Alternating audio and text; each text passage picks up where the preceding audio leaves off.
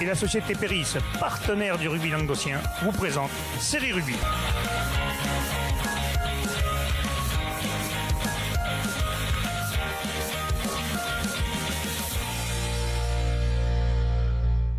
Bonjour mesdames, messieurs, bienvenue à Série Rugby, votre émission sur rugby amateur de la 4e série à la Fédérale 1. Et aujourd'hui, c'est la dernière émission de l'année. D'abord, on va remercier un de nos partenaires, bien sûr, notre ami Thierry Veilset, la société Protextile. On va le mettre dans le bon sens, regardez-le, qui nous a fait des jolis masques. Bon, je ne sais pas si ça ira bien avec un serial chroniqueur, parce qu'ils ont des troches quand même, il faut reconnaître. Hein. Mais on va vous les présenter quand même avec moi aujourd'hui. Jean-Michel Ardorel. Salut Jean-Mi. Salut Alain. Ça va en forme hein? Oui, très en forme. Et toi? Et t'as réussi à venir jusqu'à Béziers alors qu'il y a des Biterrois qui n'ont pas trouvé le chemin du studio. Oui, mais tu sais, entre les Biterrois et les Audois, il y a un truc qui est différent, c'est le courage. Mais nous, on est là. C'est ça. Voilà, c'est pas grave. Ils n'avaient pas trouvé de quoi faire leur attestation. Et avec monsieur Michel Lignon. Bonjour Michel. Salut Alain, écoute, désolé, mais moi l'EHPAD n'a pas voulu me laisser sortir, donc je suis obligé de rester dans ma chambre. C'est vrai que t'es à la limite, toi on m'avait dit que t'étais un peu jeune, mais c'est le cas alors. Personne à risque, moi, personne à risque. Eh ben écoute, reste bien au chaud, on va s'occuper de toi. Et aujourd'hui, mesdames, messieurs, nous avons un invité, on peut dire exceptionnel, le président de la Ligue d'Occitanie avec nous. Bonjour monsieur Alain Doucet. Bonjour Alain. Bonjour les amis, bonjour à tous. Et bon anniversaire Alain alors. Vous m'invitez, comme vous le faites souvent. Ça me fait bien plaisir. À votre rencontre, je passe toujours un excellent moment en votre compagnie. Eh bien, nous, c'est pareil, on se régale à chaque fois de pouvoir débattre. Et justement, aujourd'hui, on a plein de petites questions sympas à te poser. Et on va commencer tout de suite dans le vif du sujet, messieurs, parce que moi, j'en ai une qui me turlupine. Et elle va turlupiner beaucoup de monde. Alain, comment vont se passer ces phases finales s'il y en a en 2021? D'abord, on va refaire, si tu veux, au niveau des séries territoriales, j'ai pas de problème. On a supprimé les championnats de France parce qu'on ne pouvait pas faire autrement. Et je sais la valeur que ça représente pour les clubs occitans, puisque je redis, en 2019, sur les 7 titres possibles avec celui des réserves, nous en avons empoché 6. Nous aurions dû avoir celui d'honneur qui nous a échappé à la dernière minute, puisqu'Argelès Gazos a été battu par Rune de 3 points. Nous aurions pu avoir les 7 titres.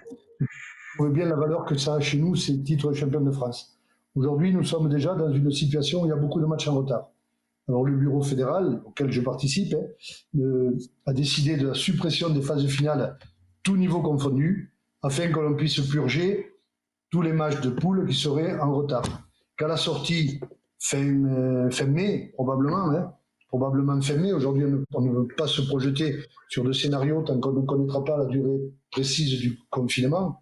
On espère bien que fin mai, on aura purgé, entre guillemets, tous les matchs de poule, que ce soit des poules de 12 avec 22 matchs ou nos poules de 10 avec nos 18 matchs, qu'on sera arrivé au bout fin mai.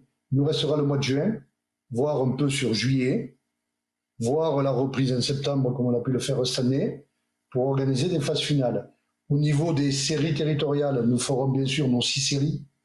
Nous ferons des réserves. Les réserves auront droit à un titre, ce qu'on n'avait pas donné cette année. Nous ferons nos juniors, nos cadets, nos féminines. Ça, c'est clair. Les équipes fédérales 1, 2, 3 joueront pour la montée ou éviter la descente de leur club. Elles auront un objectif.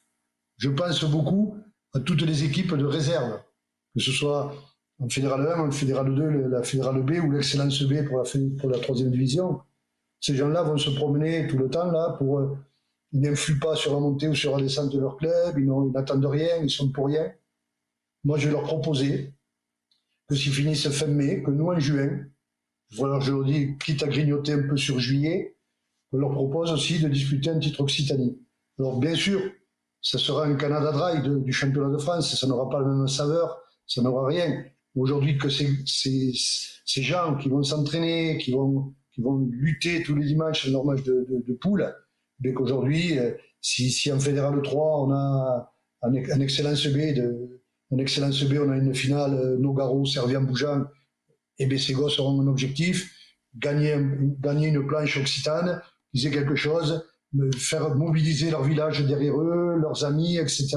Ce qui est quand même l'objectif de nos sacro-saintes phases finales, que nous sommes les seuls à avoir. Voilà. Aujourd'hui, je veillerai par contre, puisque je suis depuis peu vice-président de la Fédé, je veillerai quand même à que ce ne soit qu'une année exceptionnelle avec des suppressions du championnat de France, parce que je veux que ça dure, qu'on reprenne, dès qu'on aura trouvé un vaccin ou que tout ira bien mieux, qu'on reprenne le cursus normal de ce qui fait notre vie depuis des décennies. Oui, puis l'essentiel même du rugby de village, c'est ces phases finales. Parce que c'est tout, pas les phases finales. Il n'y a plus la carotte au bout, et puis ces joueurs, Il y a ils rien. sont pour le clocher, et puis se faire plaisir, aller gagner quelque chose. Bien sûr.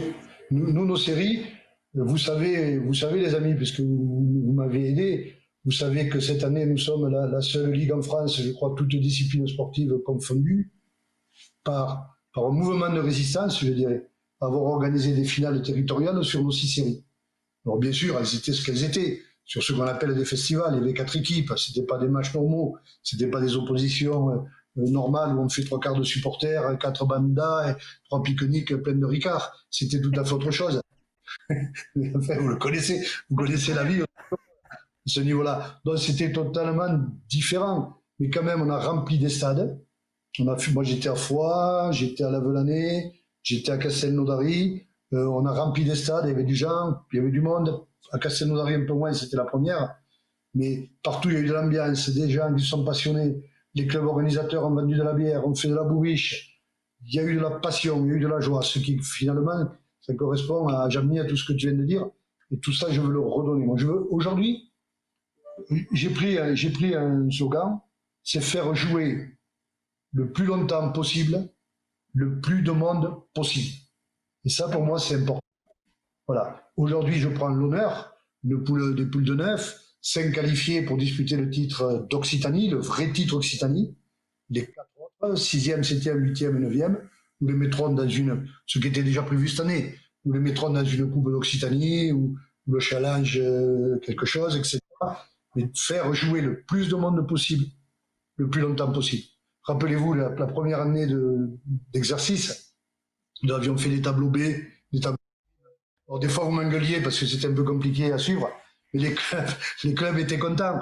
Les clubs étaient contents, ils jouaient, ils gagnaient le titre en groupe B, mais ils étaient fabuleux, c'était pareil. Le village était derrière, il y avait de la joie, il y avait de l'ambiance. Tout ça, j'attends l'échéance électorale. Je ne vais pas me casser le bol si ça me dit vous me foutez dehors, je vais pas inventer des trucs avant. Mais si je suis réélu, à partir de lundi, je me mets au travail pour préparer ça, pour préparer aussi la proposition sur les équipes de fédérales, sur une base de volontariat, je le redis, une base de volontariat. Si le CAT ne veut pas y aller, ils n'iront pas, c'est pas mon problème. Mais si les autres veulent participer, nous avons 36 équipes de Fédéral 3, nous en avons une vingtaine en Fédéral 2, et nous en avons 16 en Fédéral 1. Si ces gens veulent jouer, veulent matcher entre eux, l'Occitanie le prendra, on y mettra de l'argent, on y mettra des récompenses, on trouvera des terrains et on créera l'ambiance, c'est clair. Ça, c'est une bonne nouvelle. Ça, c'est une bonne nouvelle. Mais la volonté, elle est là. Ça, c'est une bonne nouvelle. La volonté, elle est là. Pour donner un avis personnel, tu le prends comme tu veux, puisqu'on parle entre nous. Ça serait bien, je vous donne une idée, que vous ressortiez ce challenge Vaquerin, que vous nous refassiez jouer les champions les uns contre les autres. Ça, c'est une idée. Ça serait la Champions League. On a toujours aimé ça dans le Languedoc. Et si vous arriviez à nous le ressortir en Occitanie, ça serait fantastique. Voilà. C'est un avis personnel. On va y penser. Ah, T'en parleras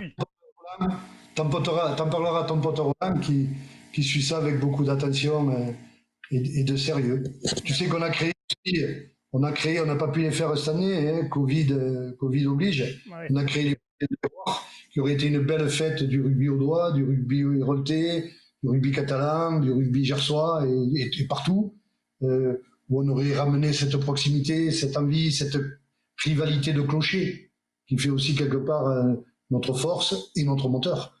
N'oublions pas, hein, c'est quelque chose. Moi, j'étais le Veste Mamel. J'ai jamais joué dans un grand club, j'ai joué dans un des clubs de série. J'ai joué petitement, mais j'étais. Voilà, c'est comme ça. Et je sais où est notre moi là, quoi. Je sais où est notre moi là. C'est ça. Doudou, justement, toi, tu avais des questions justement sur les petits clubs, justement, sur comment aider un peu ces petits clubs. Vas-y, Jean-Michel. Je ne sais pas si c'est une question. En tout cas, ça a été un débat. Il me semble que c'était vendredi quand on a vu le communiqué de la Fédération française de rugby et ce deuxième article qui disait donc suppression de toutes les phases finales, et je dis bien de toutes les phases finales, toutes confondues. Il n'y avait pas de phase finale nationale. J'avoue, je pense qu'Alain, tu l'as vu, j'avoue que j'ai un peu craqué. J'ai un peu craqué parce que je me suis dit, mais on est en train de tuer ce rugby amateur. Alors, pour reprendre un petit peu les propos d'Alain, il y a du fond et de la forme, en fait. Il y a du fond parce que le rugby amateur, l'essence même du rugby amateur, c'est le bouclier. Depuis, même si c'est un petit bouclier, mais c'est un bouclier. il y a du fond aussi de la cohésion sociale. Hein. Quand tu parles des finales de septembre, après elles étaient ce qu'elles étaient, on pouvait ne pas être d'accord. De toute façon, on ne sera jamais tous d'accord. De toute façon. Et c'est ça qui fait Mais avancer. en tout cas, il y a eu de la cohésion sociale autour du rugby. Et ça, c'était très bien. Il fallait que ces phases finales. Et là, je remercie la Ligue. Et très personnellement, Alain, je te remercie. Parce qu'il faut qu'il y ait des phases finales. Peut-être c'est pas le français. Oui, c'est vrai. Le France, il ne sera pas. C'est dommage parce que c'est le plus beau. Mais bon, au moins, il y aura des phases finales de Ligue. Et c'est très bien parce qu'il y aura de la cohésion sociale. Il y aura de l'économie. Il y a de l'économie transversale. Hein. Dans chaque phase finale, tu as un club qui va recevoir ces phases finales. Il fait une buvette, il fait chaud, ça boit de la bière, il y a des sponsors, il y a tout, il y a une économie transversale vraiment qu'il fallait prendre en compte. Et qui est importante, justement. Et vraiment, il fallait qu'il y ait ces phases finales. Par contre, je te coupe, je me suis trompé, c'est pas Faquerem, mais c'est Lacan, le change. J'allais te reprendre. Ça y est, j'ai pris une bière de trop, on va dire. Vacquerel, c'était une autre population, le Vacquerel. Et en fait, si tu veux, bon, moi j'ai eu le privilège d'entraîner un petit peu partout. Dans des clubs de fédéral et dans des clubs de série. Et je vais vous raconter une petite histoire, Alain, et je pense que ça va te faire sourire quand tu as dit le petit niveau. C'est un club de série, il n'y a que les phases finales qui les intéressent. Dans n'importe quel, que ce soit de l'honneur, même jusqu'à la 4e série, c'est ces phases finales-là. Les anciens jouent pour ça, enfin voilà. Donc c'était pas spécialement une question, mais merci oui, Alain. C'était un petit mot que tu voulais rajouter. Mais moi, vous avez une question justement, comment aider les petits clubs justement avec cette année très compliquée. On sait qu'on va reprendre au mois de janvier, Alain. Si tout va bien, parce qu'on ne sait pas où ça va aller, c'est les potes qui décideront, mais c'est les présidents. Justement, dans les petits clubs, quand même, il y a plus de dates de libre qu'en fédéral. Hein. À partir de janvier jusqu'à mai, il y a quand même beaucoup de dates de libre, puisqu'on était sur des blocs de 3 matchs, un match de repos. Et à partir de janvier, il me semble qu'on est sur 2 matchs, un match de repos, enfin, des choses comme ça. Non, Alain, c'est ça. Hein. C'est ça. Et puis, si tu veux, on a exclu toutes les possibilités de jouer pendant que l'équipe de France, qui cette année, sur le tournoi, l'équipe de France joue 2 dimanches. On a supprimé ces 2 dimanches. Comme le dit Jean-Mi, on a supprimé, on a prévu des dates de repos, des dates de repli, etc. On va se lancer dès la semaine prochaine, autour de Roland Sormani, de Christian Abéillé pour les jeunes. On va se lancer sur une refonte totale de notre grille de calendrier à partir du 10 janvier. J'aimerais bien que l'on récupère très vite certains matchs. Mon idée première, si tu veux, mon idée première, c'était de suspendre le calendrier. Vous allez comprendre ce que ça veut dire. Ça veut dire qu'on n'avançait plus dans le calendrier et qu'on se donnait les moyens sur le mois de novembre de récupérer bon nombre de matchs en retard. Le confinement fait qu'on ne peut pas faire autrement. On est tous confinés, donc tous au frigo, et on attend des jours meilleurs. Mais aujourd'hui, ces dates sur les matchs de l'équipe de France, etc., peut-être qu'on récupérera des matchs en retard, que les clubs pourront jouer le samedi, etc. Et pour te répondre, Alain, à ce qui t'interpellait le plus sur la suppression de nos compétitions. Vous savez que dans la Ligue Occitanie, on a fait un sondage des clubs. Alors tous, bien sûr, il n'y a pas 100% de réponse, c'est comme toujours, il n'y a pas 100% de réponse. Nous avons eu quand même plus de 75%, me semble-t-il. Il faut que Sormani vous confirme, mais il me semble bien que... 183, c'est ça, et quelques qui voulaient jouer. C'est ça? C'est ça, les gars, ouais. Donc aujourd'hui, les clubs, les au plus bas niveau, il n'y a rien de péjoratif, tout le monde doit s'exprimer. Vous savez qu'on considère le quota de respect tout le monde. Les clubs les plus modestes voulaient jouer parce qu'ils se déplacent en voiture, ils n'ont pas beaucoup de frais de joueurs derrière, ils n'ont pas forcément de problèmes financiers majeurs. Eux voulaient continuer à jouer. Ceux qui voulaient à tout prix arrêter, c'était les clubs qui commencent à être en honneur, un peu plus haut. Eux se disent, attends, on a des frais les mecs, on a ceci, cela, on rentre pas une bière, on rentre pas une hospitalité, on rentre rien du tout. C'est plus vivable, président. Alors les joueurs et les entraîneurs voulaient que ça continue, mais je peux vous assurer que 90 ou 95% des dirigeants étaient au bout du rouleau, quoi. On va se déshabiller, comment on se déplace, le car ne veut pas nous porter, on repart du stade avec une poche de chez Leclerc avec 15 sandwichs dedans. C'est pas ça le rugby qu'on aime, quoi. C'est pas ça. Alors aujourd'hui, on se devait aussi de leur offrir une pause pour qu'ils puissent se régénérer mentalement, je dirais, quoi, un peu, parce que Une nos petite gars, sirène, quoi.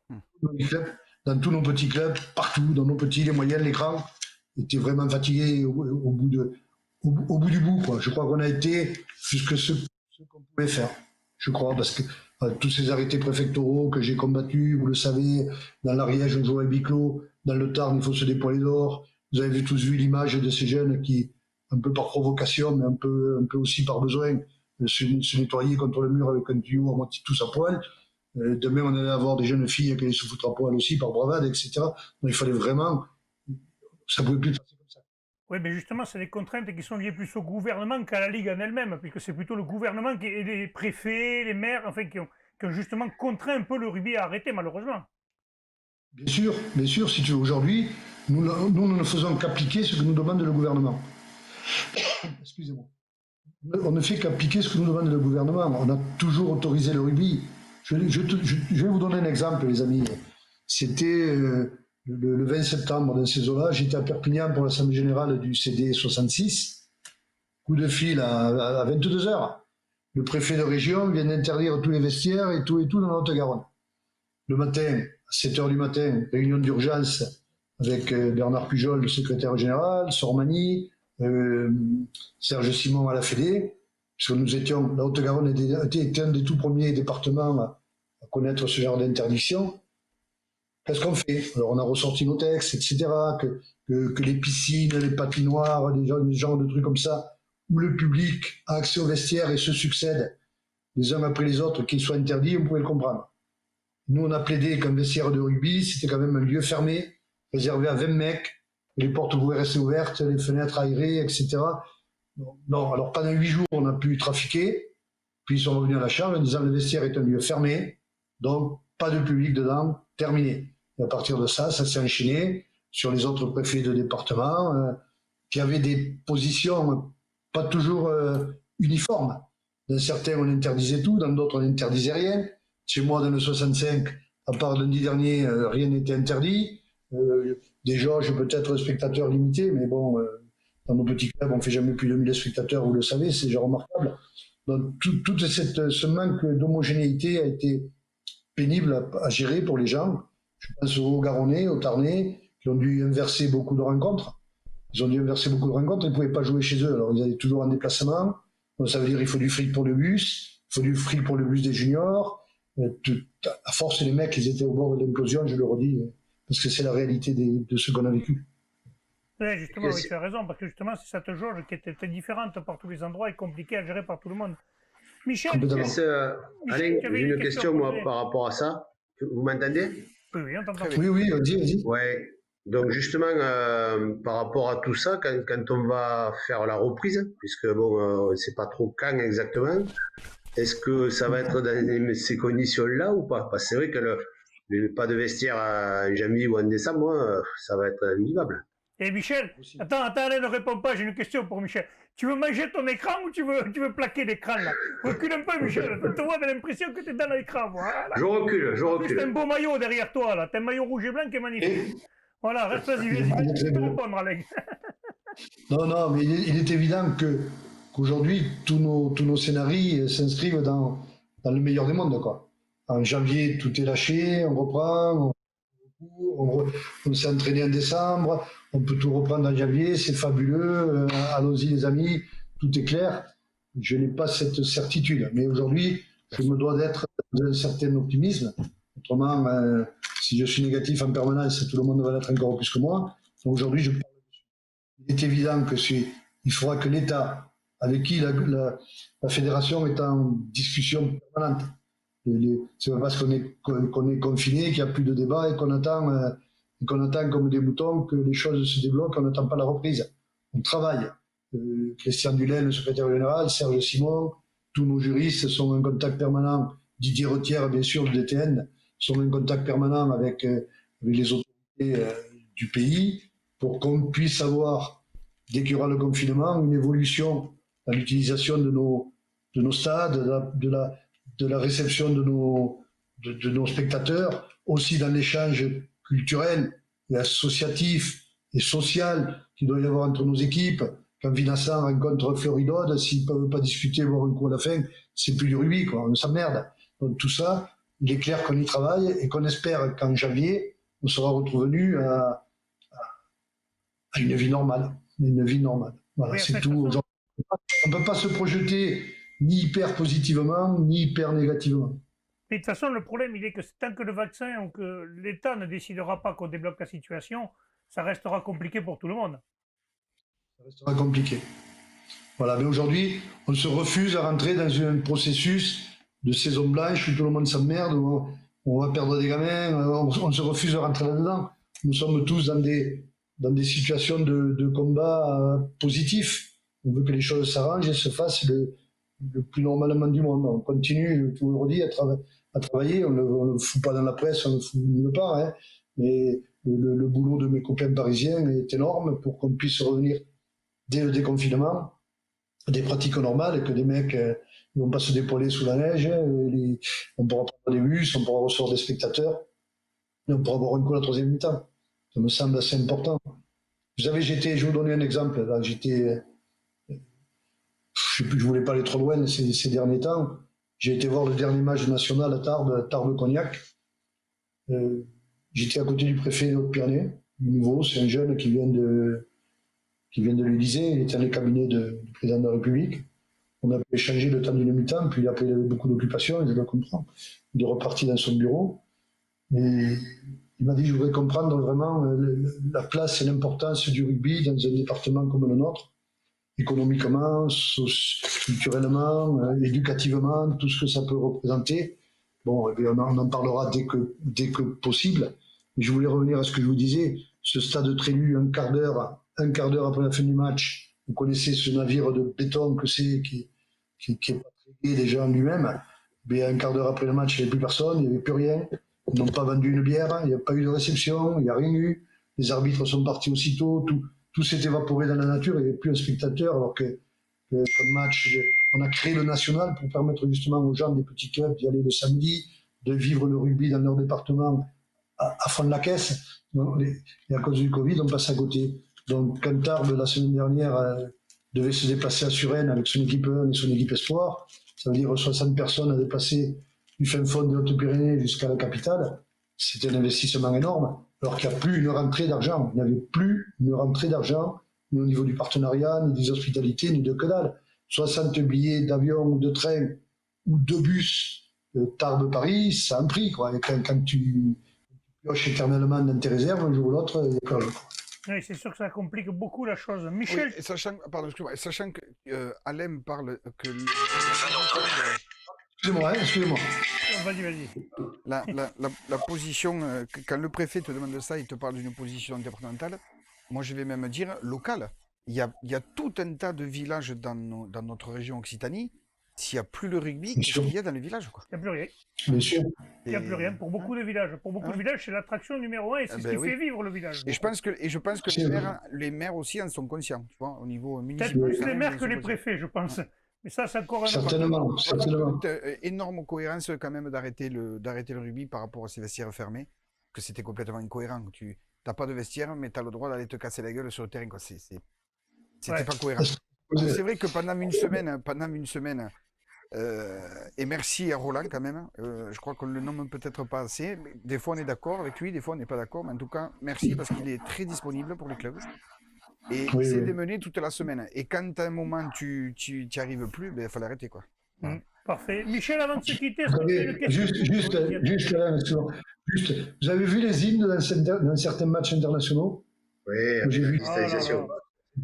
On fout les gens, les joueurs, alors que l'hymne, c'est quand même un moment où tu livres, tu te... où ils ont été ensemble. Ils sont même maîtres l'un de l'autre, les mecs. 30 secondes, c'est bien les coups de croche, tu comprends pas, quoi. Ouais, c'est clair. Ça, c'est moche, ça, c'est très moche. Bon, Michel, tu avais une question sur les écoles de rugby avant qu'on se quitte? Ouais, après, bon, on parlait d'incohérences, il y en a d'autres, hein, je veux dire, il y a les pôles qui continuent à s'entraîner, et nous, les sections sportives, on ne peut plus. Donc, et les gamins ne comprennent pas pourquoi il y en a qui continuent et pas d'autres. Il y a deux poids, deux mesures. Mais bon, tout ça, je comprends bien que c'est pas si facile que ça à gérer. Maintenant, moi, je parlerai plutôt des jeunes parce que forcément, c'est la base de notre sport. Et nous, on a été assez inquiets parce que avec ces coupures assez longues, on avait peur de perdre des licenciés. Il s'avère que cette année, bon, on s'en est pas trop mal sorti puisqu'on avait quand même du monde. On a essayé de s'entraîner un petit peu cet été avec certaines catégories. Là, de nouveau, on est confiné. Euh, Est-ce qu'on peut réfléchir en amont cette fois et avoir des... Parce que le problème qu'on rencontre, c'est que le rugby s'arrête mi-juin normalement. Et est-ce qu'on ne pourrait pas peut-être pousser la compétition un peu plus loin pour justement faire profiter ces jeunes, sachant que le mois de juin, le mois de juillet, pourquoi pas, sont des mois propices à jouer en plein air. Et les gens ne partent pas forcément tous en vacances. La compétition n'étant pas une priorité chez les jeunes, le fait de pouvoir leur proposer des activités et des rencontres, je pense que ça serait vraiment un moyen de sauver un petit peu nos écoles de rugby actuellement. Tu as parfaitement raison. Hein. Je vais te dire, aujourd'hui, je suis d'autant plus catastrophé de ce qui nous arrive à travers le Covid que nous étions du 30 octobre 2019 au 30 octobre 2020, nous étions sur une croissance de près de 2% au niveau de la Ligue Occitanie, ce qui est quand même assez exceptionnel. Bien sûr, vous me direz, les licences sont prises en compte par la Fédé. On peut se rassurer depuis se relicencier depuis le club, c'est beaucoup plus facile. Il y a eu plein de paramètres nouveaux. L'arrivée du baby rugby, ne l'oublions pas. Ouais. Ce qu'il faut, on a monté nos effectifs. Donc aujourd'hui, pour te répondre à ta première partie de ta question, bien sûr que cette pause dans notre dynamique me peine et m'inquiète beaucoup. Deuxième partie, pour te répondre, ça fait un moment, si tu veux, que je mets en avant deux situations.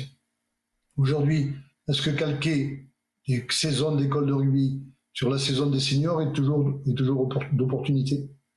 Depuis longtemps, depuis toujours, c'est ancestral chez nous. On fait septembre, juin, septembre, mai, et on arrête. Aujourd'hui, est-ce qu'il ne sera pas temps de se rouvrir ce vieux dossier qui date depuis fort longtemps, que la saison d'une école de rugby corresponde peut-être à l'année civile? Pourquoi pas? Des problèmes d'âge, un tas de trucs, il y a à boire et à manger, mais c'est un dossier qui devrait exister. Aujourd'hui, il est clair, si tu veux, dans la lignée de tout ce que j'ai dit tout à l'heure, que la saison des écoles de rugby, on la poussera le plus loin possible. Une deuxième remarque que je me fais toujours, moi, quand je pense à ça, parce que c'est comme je suis arrivé au rugby par les écoles de rugby, hein, c'était plus ma passion que tout le reste, et je reste quand même très intéressé par ce qui s'y passe. Aujourd'hui, on forme des éducateurs, on met des éducateurs en situation. Alors on prend une saison de septembre à fin mai, on va être gentil. On commence à enlever les vacances scolaires, on commence à enlever les tournois, on commence à enlever les matchs de l'équipe de France, on continue par enlever les jours de pluie, on continue, ça fait quand même beaucoup de dates qui sautent, si tu veux. Alors on forme beaucoup d'éducateurs pour finalement peu de séances réelles de formation de technique, de formation de travail du futur jeune rugbyman totalement épanoui. Une fois qu'on a enlevé tout ça, il ne reste pas grand-chose. Donc, pour aller dans ton sens, bien sûr, répondre directement à ta question, bien sûr que l'on continuera sur le mois de juillet, bien sûr que l'on continuera sur le mois d'août si j'ai la possibilité humaine, la possibilité administrative, je la donnerai. La possibilité de l'assurance, je la donnerai. Maintenant, il faut que les clubs, et ne pas me dire, écoute, Alain, tu nous emmerdes, on n'a pas les éducateurs, personne ne veut le faire. Je le comprendrai très bien, mais je lâcherai la grappe à tous les gens qui vont aller plus loin que les calendriers officiels. Ça, c'est clair. Aujourd'hui, il y a des gens ont payé des licences, que ce soit des seniors ou des parents, hein, au niveau des gamins. Hein, et aujourd'hui, on les prive de 2 mois sur quelque chose dont ils se sont acquittés. Donc, il faut qu'on puisse aller plus loin, pour compenser en partie ce qu'ils ont dépensé et qu'on leur a rien donné en retour. Là, on ira, on fera, comme sur les seniors. Hein. Tu sais, Roland Sormani va plancher dès la semaine prochaine sur les fins de saison potentielles, s'il y a une reprise ou s'il n'y a pas de reprise, comment faire, qu'est-ce qu'on fera. Juste, on en parlait, excusez-moi, je ne voudrais pas trop y revenir, mais ce qu'on a fait avec 4 équipes sur un festival, sur les finales, on peut peut-être faire des festivals sur les demi, on on peut s'organiser. Par manque de date, on peut multiplier la possibilité pour donner au club de participer à des matchs éliminatoires, à des matchs sur terrain neutre, à des matchs avec du public, des bandas, de l'ambiance, comme on disait tout à l'heure, on ne va pas le refaire. Mais tout ça, il est clair, pour aller dans ton sens, oui, on ira le plus loin possible, et j'en profiterai, je te l'assure, pour remettre sur le tapis ces questions d'organisation de la saison, mais aussi d'envie de plus de nos éducateurs peut-être que des gamins, de jouer dans des dates que l'on occulte. Là, on dit il n'y a pas école de rugby, voilà. Ça veut dire on a 15 jours à Noël, 3 semaines, on ne voit pas les gamins. On a 15 jours en février, on ne voit pas les gamins. On a 15 jours à Pâques, on ne voit pas les gamins. Alors quelque part, je me demande, je me trompe peut-être, c'est peut-être une vision de vieux con que j'ai, mais quelque part, je me dis, on n'est peut-être pas très cohérent dans ce qu'on fait. L'hiver, vous savez qu'il y a du rugby à 5 en salle, qu'il y a des trucs qu'on peut travailler. Je sais que dans l'Aude, par exemple, autour de Carcassonne ou d'ailleurs, il y a beaucoup d'autres choses qui se font dans du rugby en salle. On y vient de plus en plus. Le Babi montre qu'on peut travailler en salle sur des gestes, certes, qui ne sont pas les mêmes, mais apprendre le rugby, ce n'est pas que faire des tournois, ce n'est pas que faire des matchs. C'est pas toi que je vais l'apprendre, tu le sais certainement tout autant que moi. Donc il faut qu'on se donne les moyens de travailler sous des halles, dans des gymnases, qu'on fasse des réservations de halles, de gymnases, qu'on puisse travailler dans des salles, en décalant les heures d'entraînement pour ne pas être tous en même temps. Je crois que quand on veut, on peut. Quand il y a une volonté, il y a un chemin. Et au niveau des écoles de rugby, comme ailleurs. Voilà, excusez-moi, je suis très long, mais quand on me... Non, mais t'as bien fait. Après, Alain, pour te répondre à ça, moi sur le terrain, ce que je vois quand même, c'est qu'on a beaucoup d'éducateurs bénévoles, hein, contrairement à d'autres sports où il y en a qui sont quand même rémunérés ou défrayés. Donc nous, on a beaucoup de bénévoles, mais il manque pas quand même d'engagement, quoi. Donc là, le fait que vous déjà vous autorisez ça, c'est déjà une chose. Oui, non, mais je sais que c'est pas ce que tu as voulu dire. Et après, la deuxième chose, c'est que voilà, je pense qu'à un moment donné, il va falloir qu'on s'adapte et que tout le monde y travaille. Nous, notre deuxième problème, c'est surtout les structures, c'est-à-dire que les terrains ferment souvent l'été. Tu parles de salles, les salles, tout le monde n'a pas forcément accès facilement, mais ne serait-ce que d'avoir accès sur les terrains l'été. Alors je sais qu'il y a une temps de régénération pour les belles pelouses que nous avons, mais est-ce que justement, quand il y a des mois de Covid, c'est pas le moment de faire les travaux dessus pour après pouvoir les récupérer Alors, Michel, parce que tu vois, quand tu as eu 2 mois de Covid et que derrière tu as 2 mois de terrain fermé, Michel, c'est pas évident, quoi. C'est plus un problème qui est dû à la Ligue ni à la Fédé, là, c'est un problème avec les maires. Oui, mais justement, après, quel est le fonctionnement? Oui, mais quel est le fonctionnement? Est-ce qu'il n'y aurait pas moyen de se mettre autour de la table à un moment donné pour trouver ces solutions-là? Parce qu'à la sortie, nous, on est au bout de la chaîne et on se retrouve coincé. Et le fait de ne pas pouvoir jouer avec ces gamins, moi, j'ai peur qu'à force, ils partent vers d'autres activités plus accessibles, comme là en ce moment, c'est la course à pied ou le trail ou le vélo, quoi. Parce que c'est individuel, c'est en plein air et il n'y a pas de contradiction. Oui. En tout cas, une chose qui est certaine, c'est plus souple de pratique. Tu sais, aujourd'hui, moi je vous parle tout franchement, les amis, j'ai peur que moi je ne vivrai pas de mon vivant, mais qu'à terme on aille plus vers du sport dans des salles, du sport où tu payes pour faire du sport, faire ton footing, ou ton rameur, ou tout ce que tu voudras, plus que dans du sport dans le monde associatif. Il va falloir se battre pour conserver le sport dans le monde associatif. C'est quelque chose de très important. C'est l'évolution de la société. Elle est comme ça. Je vois des pubs de temps en temps où on joue au bowling devant la télévision. Ça me fait rêver, ça m'inquiète. Vous savez que la Fédération française de foot a une équipe de France de e-foot. Les mecs, ils sont professionnels, bien payés, ils font du foot devant leur écran. Ils jouent contre l'Allemagne, l'Autriche, le Brésil, si vous voulez. Mais c'est quelque chose... Attention, ça nous pend au nez. Ne soyons pas toujours avec les yeux dans le rétroviseur parce qu'on va se faire doubler. On va se faire doubler, déjà on est en train de se faire doubler. Donc juste, bien sûr que hors de moi, hors de question que je dise que nos éducateurs sont trop cool. Et je crois que dans une école de rugby, si tu en as 4 qui sont, les bêtises, 4, 5, 2, qui sont en vacances au mois de juillet, les autres peuvent se partager les gamins, etc. Ils reviennent de vacances au mois d'août, on peut établir des roulements. Je te dis, quand on veut, on peut faire quelque chose, je crois. Après, il pleut, on annule. Oui, c'est la voie de la sagesse, c'est la voie de la raison.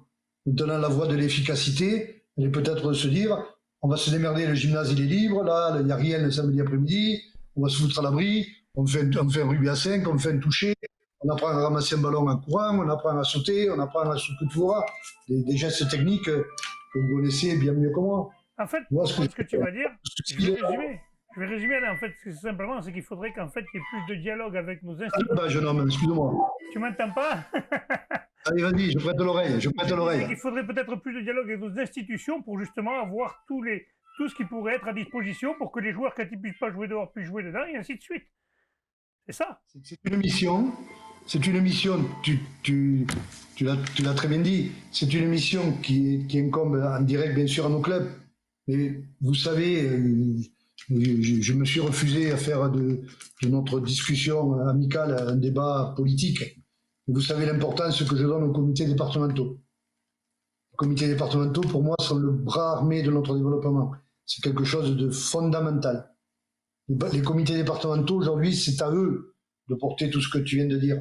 C'est à eux. Celui de l'Aude, il a 27 ou 28 clubs.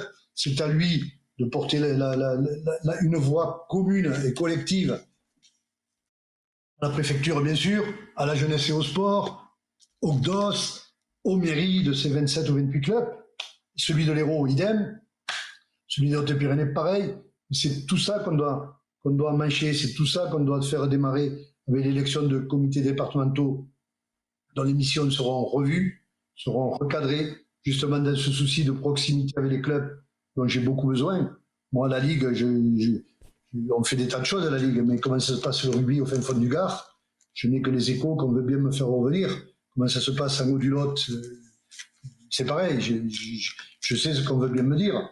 Mais par contre, les CD qui seront excessivement présents dans la prochaine mandature, c'est leur taf de s'occuper de tout ça, de cette proximité dont on a besoin, dans le relationnel et dans la discussion avec nos autorités de tutelle qui décident toujours pour nous ce qu'on doit faire, ce qui est bon ou pas bon. Parfait. Mais ça va être le mot de la fin, Jean-Mi. Ouais, non, juste, profitons de... Pour une fois, le Covid, il va apporter peut-être quelque chose de positif. Profitons de cette crise de Covid pour justement aller voir tous les acteurs. Tous. Joueurs, entraîneurs, présidents. Alléluia. Non, mais c'est vrai. Profitons-en.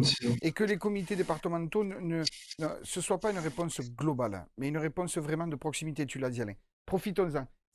Là, il y a un virage à prendre. Si on ne le prend pas...